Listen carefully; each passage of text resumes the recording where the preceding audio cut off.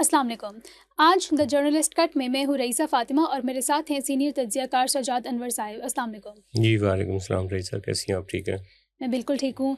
आज हम एक स्पेशल शो करेंगे इंडिया पर, इंडिया की आरएसएफ रैंकिंग पर। अभी रिसेंटली वर्ल्ड प्रेस फ्रीडम में इंडिया का जो रैंक आया है वो 157th है, जो कि तारीख़ में उनका सबसे नीचे दर्जे का रैंक है।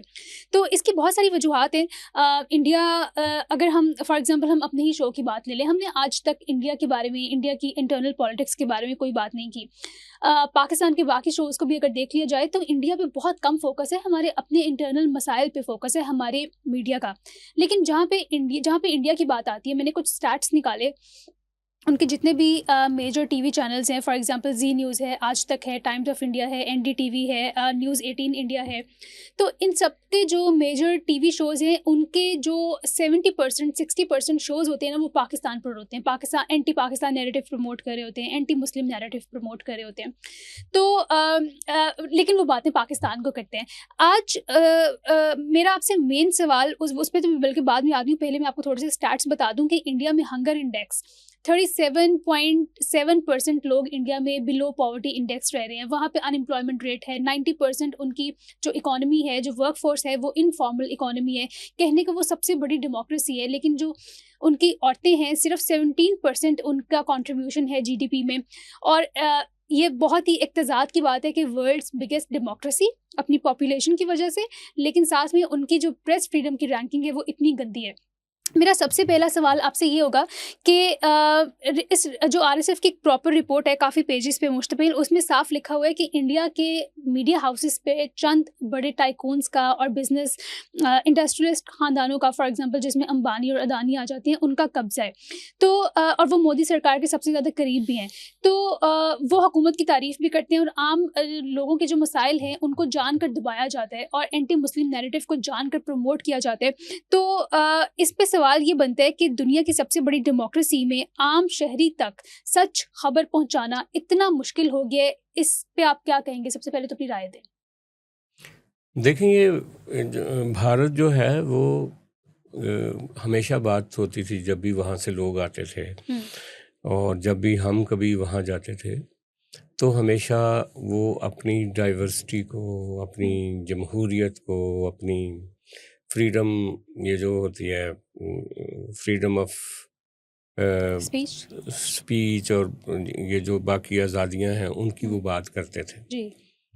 और बदकिस्मती भारत की ये हुई कि पाकिस्तान जिस बहरान से 80s में जिसमें से निकला ज़ियाउल हक के टाइम में, और पाकिस्तान ने धीरे धीरे ग्रो किया, आगे आया। लेकिन भारत जो है वो इस वक्त पीछे जा रहा है। ये एक बहुत बड़ा अलमिया है इंडिया का।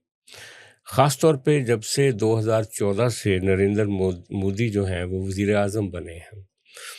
इससे पहले भी बीजेपी की हुक्मरानी रही है। वाजपेयी साहब 2 दफ़ा प्राइम मिनिस्टर बने, उससे पहले भी इनके लोग वज़ीर आज़म बने। लेकिन ये जो मोदी का फिनोमेना है ये बिल्कुल मुख्तलिफ है। मोदी का जो पॉलिटिकल बर्थ है या जो पॉलिटिकल राइज है उसका, वो है गुजरात के फसादात के अंदर से वो बंदा निकला है। और गुजरात के फसादात के बाद सबसे ज़्यादा अगर उसको अपोजिशन का सामना करना पड़ा या मुखालफत का सामना करना पड़ा या सवालात का सामना करना पड़ा, तो वो मीडिया से करना पड़ा था। तो उसकी ये नफ्सियात थी कि सबसे पहले ये जो मीडिया है इसको कैसे स्ट्रीमलाइन करना है, कैसे इसको ताबेदार बनाना है। हाँ, कंट्रोल भी। तो उन्होंने एक एक एक तो एजेंडा बहुत वाज़ेह बनाया अपना, वो था anti Pakistan, aggressive anti Pakistan agenda था उनका। दूसरा एंटी मुस्लिम एजेंडा था। तीसरा वो तारीख को दोबारा लिखने की तरफ जाना चाह रहे थे। वो जो मुग़ल हिस्ट्री थी वो ख़ास तौर पे अकबर और जो औरंगज़ेब ख़ास तौर पे उनके निशाने पे था। और उन्होंने ये जो डिबेट्स थी ना, ये मीडिया की जो मेन डिबेट थी उनका हिस्सा बना दिया उसको। जो वहाँ की डोमेस्टिक प्रॉब्लम्स थी वो साइड पे रह गई, और उन्होंने एक सो कॉल्ड नेशनलिज्म के लिए सारा मीडिया जो है उसको इस तरह से मैनेज किया। अभी आपने बात की अडानी और अंबानी की, इन लोगों को जो बेसिकली जो इंडिया का इलेक्ट्रॉनिक मीडिया था वो उसके प्रिंट मीडिया से निकला था, और बहुत सारे वर्किंग जर्नलिस्ट जो थे वो टेलीविज़न चैनल बनाने में कामयाब हुए थे। अपने उन्होंने कुछ लोगों से इन्वेस्टमेंट्स करवा के, तो जो कंट्रोल था, एडिटोरियल कंट्रोल, वो जर्नलिस्ट के पास था। ख़ास तौर पे एनडीटीवी, ख़ास तौर पे जी टीवी और बाकी भी जो सारे चैनल थे ना। मोदी सरकार जैसे ही आई तो ये वो सारे जर्नलिस्ट वो थे जिनमें अगर आप देखें कि रविश कुमार थे, पूनिया वाजपेयी थे, करण थापर थे, बॉबी घोष थे, ये वो लोग थे जो ऐसी गुफ्तगू करते थे जो उस वक्त की इंडिया के मारूसी मसाइल थे उन पे बात करते थे। तो इन सबको रिप्लेस कर दिया गया, साइडलाइन कर दिया गया अर्नब गोस्वामी, सुधीर चौधरी जैसे, अंजना कश्यप जैसे, और इसी तरह कुछ और लोग जो थे वो सामने, रुबिका लियाकत और फलां उन लोगों को सामने ले आया गया। सबसे पहले तो उन्होंने किया कि उनकी मैनेजमेंट चेंज करवाई। सारे मेन जो चैनल जो जितने भी चैनल वहाँ पे लोग देखते थे ना, 5-7 चैनल, उनकी उन्होंने पहले मैनेजमेंट चेंज की।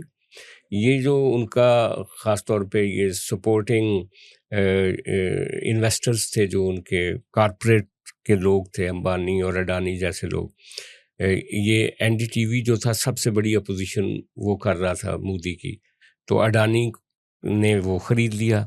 इसी तरह अंबानी ने दूसरे चैनल्स ख़रीद लिए। तो उसके नतीजे में एक उन्होंने एक तरह से अपनी फ़ौज तैयार कर ली मीडिया में। अब रोज़ाना बात क्या होती है? रोज़ाना एंटी मुस्लिम, एंटी पाकिस्तान, या फिर औरंगज़ेब के ख़िलाफ़, और पेश किसको करते हैं? वो जो इंतहाई नफ़रत अंगेज़ हेट स्पीच के माहिर होते हैं ना, ये जो क्या नाम उसका, जनरल बख्शी जैसे लोग और फलां तज़िया नगार। एक ज़माना था हम तज़िया नगारों को बिठाते थे अपने चैनलों में, लेकिन अब उन्होंने सारे फ़ौजी रिटायर्ड और ये जो क्या नाम है उसका, मेजर गोबर आर्या जिसको बोलते हैं, इस तरह के लोग उनके अब एनालिस्ट हैं। और ये जैसे ये जो ख़ास तौर पे ये जो गोस्वामी साहब है, अर्नब गोस्वामी, वो जिस तरह की एक हेट स्पीच करते हैं अपने सर, तो उन्होंने उसको रीमॉडल किया और उसको अपनी कामयाबी की अलामत भी बनाया। और कामयाबी इस तरह से कि फिर उन्होंने, क्योंकि सुबह दोपहर शाम एक मीडिया, पॉपुलर मीडिया अगर लोगों के जहन में एक नफ़रत का बीज बो रहा है, तो उसके नतीजे में वो उन्होंने अपना जो एजेंडा था, एंटी मुस्लिम एजेंडा, हिंदुत्व का एजेंडा, एंटी पाकिस्तान एजेंडा, और फिर जो मुसलमान बादशाह रहे हैं उनके ख़िलाफ़ एक एजेंडा कि वो आए, उन्होंने हम पे मज़ालम किए, ये किया। और फिर उन्होंने अपना उनका जो मज़हबी एलिमेंट था, पंडित और जो उनके और लोग थे जो स्वामीज़ वगैरह, उनको लेकर आए। उसके नतीजे में उन्होंने एक हिंदू मज़हब के लोगों को उनका ज़हन तैयार किया। और फिर सबसे बड़ी बात यह है कि उन्होंने जो हिंदू जितनी भी वहाँ पे मेजॉरिटी, हिंदू मेजॉरिटी है, वो मुख्तलिफ पॉलिटिकल पार्टियों को सपोर्ट करते थे। उनका सबको अपनी तरफ मुतवज्जे उन्होंने इस तरह से किया कि अगर बटोगे तो कटोगे। यानी वो उन्होंने कहा कि अगर तुम लोग कोई कांग्रेस को वोट देगा तो कोई किसी को वोट देगा, और अपने आप को डिवाइड करोगे तो फिर मुस्लिम वोट जो है उसकी हैसियत बनती है। अगर तुम सारे एन ब्लॉक में वोट दोगे तो मुस्लिम वोट की हमें ज़रूरत ही नहीं है। और उन्होंने कहा कि हमें मुस्लिम वोट नहीं चाहिए, ये पहली दफ़ा। और हिंदू वोट की बुनियाद पे पहले उन्होंने सेंट्रल इंडिया पे कब्ज़ा किया। अब तो जनाब वो बंगाल में भी पहुंच गए और आसाम में भी पहुंच गए। तो ये एक उनकी एक स्ट्रेटजी थी। लेकिन इसके नतीजे में क्या हुआ? इसके नतीजे में वहाँ पे जो सेन आवाज़ें हैं वो समझती हैं कि इंडिया बहुत पीछे जा रहा है। लोगों को उकसाया जा रहा है गोबर खाएं। लोगों का जो वो कह रहे हैं, वहाँ के जो क्रिटिक्स हैं वो कह रहे हैं कि इस मीडिया के ज़रिए लोगों में तोहम परस्ती और मज़हबी जो उनकी वो जो होती है इस तरह की चीज़ें जो रिचुअल्स होती हैं, extremism, religious extremism. Extremism, religious extremism उसको बढ़ाया जा रहा है। सोसाइटी में टॉलरेंस कम हो रही है। इंडियन सोसाइटी एबनॉर्मल सोसाइटी की तरह बनती चली जा रही है। ये वहाँ के जो क्रिटिक्स हैं उस सोसाइटी के वो जी। बात करते हैं। ठीक है। हाँ अच्छा, सबसे पहले तो मैं ऑडियंस को स्टैट्स बता दूं कि मैंने रिसर्च करी थी कि जो इंडिया के तमाम मेजर टीवी चैनल्स पे शोज़ होते हैं मेजर, उसमें से फॉर एग्जांपल अगर पिछले 50 शोज़ उठाए जाएं तो उनमें से कोई 30-35 शोज़ वो लोग एंटी पाकिस्तान करते हैं, फिर अपने से 10 से 15 वो अपनी अपोजिशन के खिलाफ करते हैं, और कोई 1 या 2 शोज़ होते हैं मुश्किल से जो अपने लोकल इश्यूज़ पे वो लोग करते हैं। और इसके साथ ही मैं एक पॉइंट और ऐड कर दूँ कि 1970 की दिहाई में तो इंडिया में एक नई वेव आई थी इन्वेस्टिगेटिव जर्नलिज्म की, जिसको golden wave of investigative journalism कहा गया था। उसके बाद 1990 से 2000 तक जो इकोनॉमिक लिबरलाइजेशन का पीरियड था, तब ये प्राइवेट चैनल्स वजूद में आए थे। लेकिन अब जो इन प्राइवेट चैनल्स का हाल है वो अभी आपने बल्कि अपनी डिबेट में भी बयान किया है। मैं पढ़ रही थी कि इंडिया ने एक हाल ही में जो डेटा प्रोटेक्शन एक्ट लागू किया है, उस पर काफ़ी तनकीद हो रही है कि उसने राइट टू इन्फॉर्मेशन बिल्कुल ख़त्म कर दिया है। क्या आपको वाकई लगता है कि ऐसे जो नए कवानीन हैं और कॉलोनियल एरा के सेडिशन कवानीन को जानबूझकर जर्नलिस्ट को खामोश करवाने के लिए इस्तेमाल किया जा रहा है, और किस हद तक इंडिया इसमें कामयाब होगा? क्योंकि सोशल मीडिया का दौर है, आप किस हद तक आवाज़ को दबाओगे और किस हद तक इंडिया ये सारी आवाज़ें दबाने में और कंट्रोल करने में कामयाब होगा? आपको आते हुए टाइम में क्या नज़र आ रहा है? देखिए, इस तरह की उन्होंने नई रेगुलेशंस लेकर आए, मीडिया पे भी लेकर आए हैं, वोटर के लिए भी लेकर आए हैं। जी। कहा जा रहा है कि सिर्फ बंगाल में 18 लाख वोटर्स को वोट देने से इन्होंने रोक दिया। इसी तरह ये बहुत सारे जर्नलिस्ट जो हैं वहाँ पे मिसाल दी जाती है कि एक हिंदू जर्नलिस्ट था, उसके खिलाफ मुकदमा था एक मुसलमान के खिलाफ। उन्होंने कहा हिंदू की ज़मानत हो गई, मुसलमान की इसलिए नहीं हुई कि वो मुसलमान था। तो बुनियादी तौर पे ये इनका क्रैकडाउन तो मीडिया पे है, इसमें तो कोई शक नहीं है। लेकिन जो इसके अंदर एक अलमिया है वो ये है कि मोदी पहला वज़ीर आज़म है इंडिया का जो प्रेस कॉन्फ्रेंस करने से घबराता है। हाँ, और अलाउड ही नहीं है कि कोई सवाल पूछे। नहीं, प्रेस कॉन्फ्रेंस ही नहीं कंडक्ट करता। सवाल पूछना तो अलाउ बाद में आता है ना। प्रेस कॉन्फ्रेंस से आप अरेंज करते हो जिसमें मीडिया को बुलाते हो कि मैं बात करता हूँ एज ए प्राइम मिनिस्टर। वो प्रेस कॉन्फ्रेंस ही नहीं कर रहा। फिर वो इंडिपेंडेंट जर्नलिस्ट को इंटरव्यू देने के लिए तैयार नहीं है। जैसे यहाँ पे हमारे कुछ वजीर आज़म थे तो ख़ास तौर पे इमरान खान के बारे में कहते हैं ना कि वो सिर्फ उन लोगों को इंटरव्यू देता था जो उसके पसंद के थे। मोदी ने एक नई रवायत डाली, ये इमरान खान साहब ने भी डाली थी, कि एक्टरों को बुला के इंटरव्यू दिए। जी। यहाँ इन्होंने हमजा अब्बासी वगैरह को बुला के या कुछ लोगों को वहाँ उसने अक्षय कुमार को बुला के इंटरव्यू दिया। और ग्रीट करते हैं एक्टर्स की फैमिली से। और फिर वो क्या करते हैं कि वो सवाल क्या पूछते हैं कि अच्छा आपको कौन सा जूस पसंद है और कौन सी चाय पसंद है। यानी वो कोई सवाल उनकी ज़िंदगी के बारे में, उनकी सियासत के बारे में और उनके जो अनफेयर पॉलिटिक्स है उसके बारे में कोई सवाल नहीं पूछता। क्योंकि उसने सीखा था। आपने अगर देखा हो कि जब गुजरात के फसादात हुए थे तो उस वक्त ये जो आपके हैं करण थापर जो कि वो एक टेलीविज़न चैनल को हेड कर रहे थे, तो उसने इंटरव्यू किया इसका। तो ये इंटरव्यू के दौरान उठ के चला गया और उन सवालों के जवाब देने से इसने मना कर दिया। तो क्या ये शुरू दिन से ही एक जो मोदी की आउटलुक है वो एंटी मीडिया है। और एक समझ लें कि जैसे वो लोग नहीं होते जो एक जालमाना और गैर कानूनी काम करने वाले लोग होते हैं, वो कभी भी, एक क्रिमिनल जो होता है वो कभी मीडिया को फेस नहीं कर सकता। उसको ये पता होता है कि कहीं ना कहीं मैं कोई ऐसी बात कर दूंगा जो मेरे ही गले पड़ जाएगी, तो इसलिए मीडिया से परे रहते हैं। एक ऐसा मीडिया जो उन्होंने खुद बनाया है उसको भी वो उसके लिए भी प्रेस कॉन्फ्रेंस करने के लिए तैयार नहीं। ठीक है, आपने जैसे ये कहा कि वो प्रेस कॉन्फ्रेंस करना अवॉइड करते हैं। हर हद तक।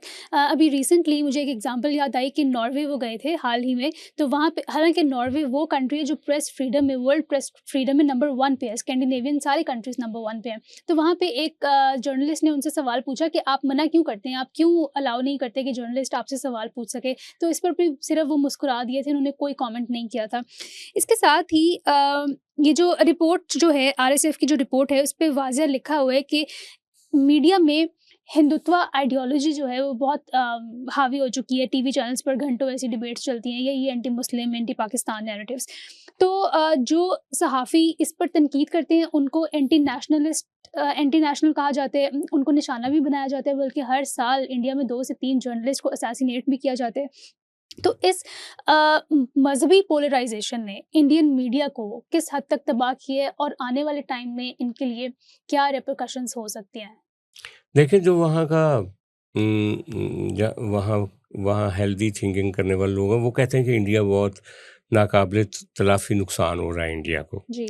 इंडिया की यूथ जो है वो वो कहते हैं कि जो साइंटिफिक टेम्पर नेहरू ने दिया था इंडिया को, जिसके नतीजे में बड़ी यूनिवर्सिटियाँ अदारे बने, इन्होंने नौजवानों से वो साइंटिफिक टेम्पर ले लिया है और उनको हिंदू मुस्लिम हेट्रेड की दलदल में इन्होंने डाल दिया। और दूसरा जो सबसे खौफनाक काम है वो आरएसएस और ये जो बीजेपी का जी। व्हाट्सएप, वो उसको बोलते हैं व्हाट्सएप हाँ यूनिवर्सिटी। जी। व्हाट्सएप यूनिवर्सिटी पे जो झूठ, जो नफरत, जो तंग नजरी या जो भी फिक्टिशियस हिस्ट्री को फ्रैक्चर करके हाँ, तोड़ मोड़ के जिस तरह नैरेटिव्स से बनाए जा रहे हैं। नैरेटिव बनाए जा रहे हैं व्हाट्सएप यूनिवर्सिटी पे। मैं उस दिन सुन रहा था, एक वहाँ पे हैं राजकुमार, यूपी की सियासत करते हैं, अच्छा। राजकुमार भाटिया। वो इतना बुरे तरीके से इनको एक्सपोज कर रहे थे। वो कह रहे थे कि जब ये बात हो रही थी ना औरंगजेब पर या कुछ मुगल बादशाहों पर, तो उसने बताया कि औरंगजेब ने कितने मंदिर बनवाए थे और मुगलों ने कितने मंदिर खुद हिंदुओं को बना कर दिए थे। और उसने बताया कि उनकी फौज में जो कमांडर थे वो हिंदू थे, लेकिन ये हिस्ट्री पढ़ाई ही नहीं जाती वहाँ पे। अब फिर अकबर तो दुनिया का वो वाहिद एक बादशाह था जो कि अपनी पूरी ताकत के बावजूद और अपनी पूरी अरूज के बावजूद, जिसको मुगल आजम कहा जाता है, उसकी अगर कैबिनेट देखी जाए तो उसमें एक डाइवर्सिटी थी। मुसलमान कम थे, हिंदू ज़्यादा थे। और उसके जो फैसले थे और जो उसके दरबार का जो हिस्सा था वो पूरा एक सेकुलर बादशाह था।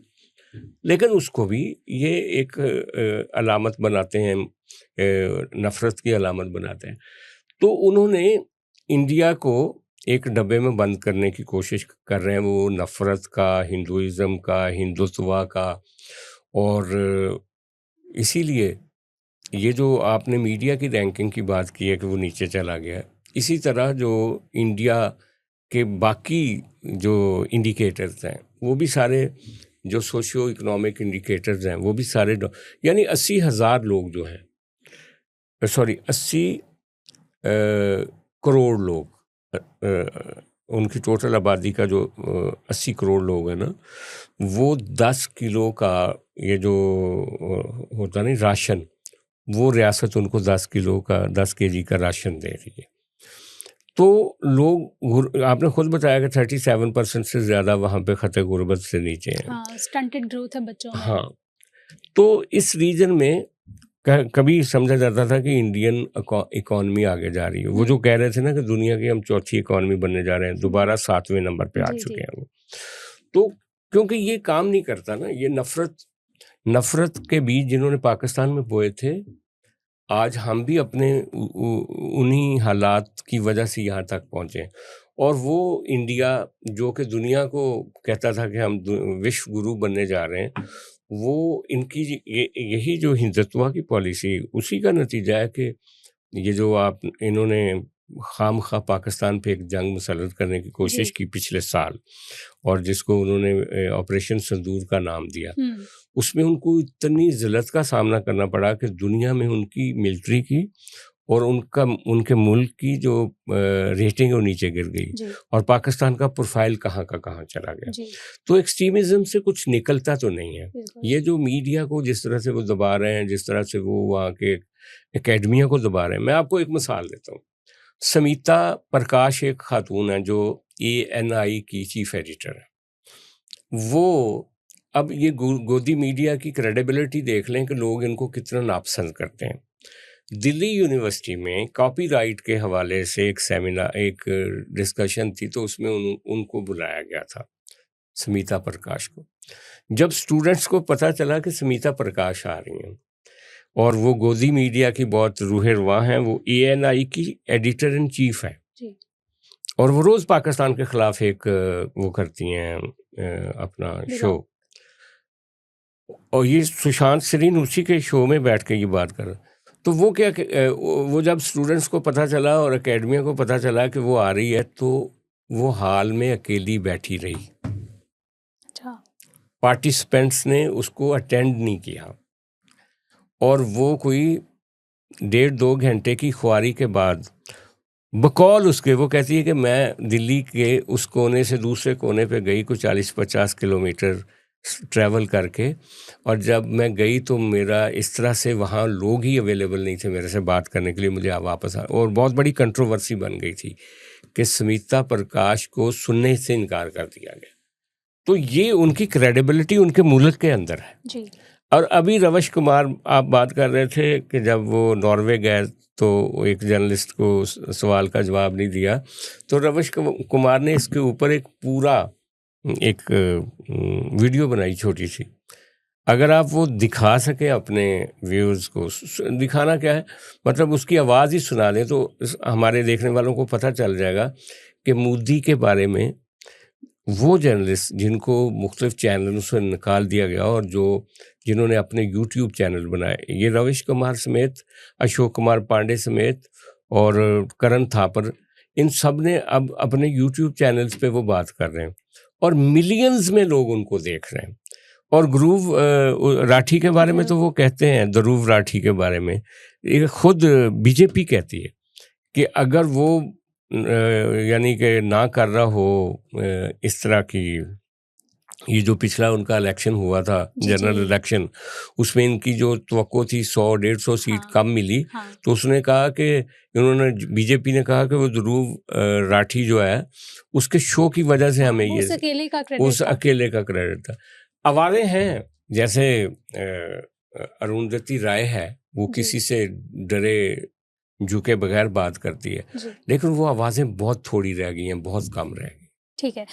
इसके साथ ही लास्टली जाते हुए आप हमें 2 मेजर पॉइंट्स पे अपनी राय बता दें, बल्कि अपनी 3 रिकमेंडेशंस दे दें इंडिया को।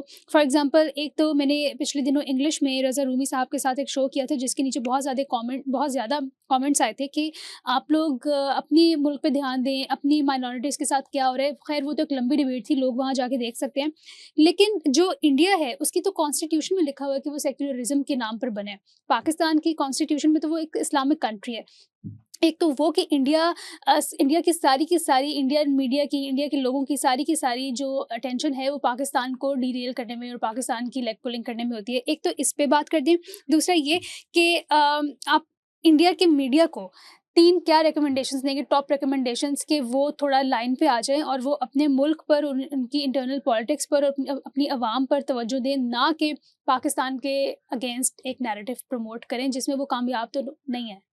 देखिए, ये मैं आपको बताऊं, हमारे लोग कुछ मानते नहीं है यहाँ, और वो जनरेशन तो बिल्कुल नहीं मानती जो पार्टीशन के बाद आई। कि मैं जब कहता हूँ ना कि एक ही DNA है हमारा, उनका और हमारा, तो कुछ लोगों को ये बुरा लगता है जी। लेकिन ये सच है। वजह क्या है, हम पाकिस्तान में भी जब एक दूसरे पे तनकीद करते हैं तो वो ये नहीं कहते कि आपने जो हमें कहा वो ठीक कहा या गलत, वो कहते हैं आप अपने आप को तो देखें। ये इस रीजन की बहुत बड़ी नाकामी है। लेकिन इंडियंस को ये रियलाइज़ करना चाहिए कि वो बहुत बड़ा मुल्क है, और फिर इंडिया का क्लेम जो था रियासत का वो और था और पाकिस्तानी रियासत का और था। पाकिस्तान एक छोटा मुल्क था उनके मुकाबले में। पाकिस्तान को बनने के बाद 30 साल के बाद एक बड़े हादसे से गुजरना पड़ा। हमारे मुल्क को तकसीम किया गया, जिसका वो क्रेडिट भी लेते हैं इंडिया वाले। पाकिस्तान उन प्रेशर्स के साथ अपने आप को बरकरार रख रहा है जो प्रेशर्स एक बड़ा पड़ोसी मुल्क होने की वजह से हैं। तो पाकिस्तान से सीखेगा इंडिया, या इंडिया वहाँ कुछ अच्छा करेगा जिसके अच्छे असरात पाकिस्तान में आएंगे? ये इंडियंस को सोचना चाहिए। इंडिया एक बहुत बड़ा मुल्क है, वो एक बड़े मुल्क के तौर पे जब सोचेंगे और जब वो चाइना की तरह आगे बढ़ेंगे और जब वो दूसरे जो तरक्की करने वाले मुल्क हैं उनकी तरह आगे बढ़ेंगे, तो मेरा ख्याल उनके पास लड़ने के लिए और हेट स्पीच के लिए कोई वक्त नहीं होगा जी। फिर पाकिस्तानी भी मुतासर होंगे कि भाई ये अच्छा काम कर रहे, ठीक है। लेकिन वो तो उल्टा हमारी नकल पे आ गए। हमने जो जंगें लड़ के 30 साल पहले और उनसे सबक हासिल करके हम एक नॉर्मल सोसाइटी बनने जा रहे हैं, वो उन जंगों को अब लड़ना चाहते हैं। तो वो वक्त के जो धारा है वक्त का, उसके बिल्कुल उलट चल रहा है आज का इंडिया। वो हमें कह सकता है कि हमारे यहाँ भी गुर्बत उतनी है, वो कह सकता है कि मीडिया का जो मामला है वो भी हमारे यहाँ ऐसा ही है, कॉन्स्टिट्यूशन में अमेंडमेंट्स होती हैं, यहाँ पे मिलिट्री एस्टेब्लिशमेंट का एक रोल है। लेकिन इंडिया का क्लेम तो ये है कि वहाँ हमेशा से डेमोक्रेसी रही है और वहाँ पे उनको तो हमसे बेहतर होना चाहिए। अगर वो हमारे ही लेवल पे आ रहे हैं या हमसे ही नीचे जा रहे हैं, यानी आप देखें ना कि इस वक्त पाकिस्तान प्रेस फ्रीडम में 153 नंबर पर है। ये कोई अच्छा नंबर नहीं है, लेकिन इंडिया 157 नंबर पे है, हमसे 4 नंबर मजीद नीचे। और मज़ेदार बात यह है कि अफ़गानिस्तान जो है वो 175 पे है, बांग्लादेश 152 पे है, वो हमसे ज़रा बेहतर है, और श्रीलंका वो 134 पे है। तो इंडिया 157 में इस जनूबी एशिया में सबसे वर्स्ट है। जी जी, ठीक है sir, thank you so much आज के स्पेशल शो के लिए। Thank you so much for watching. कल हम हाजिर होंगे एक नए प्रोग्राम के साथ, तब तक के लिए खुदा हाफिज़।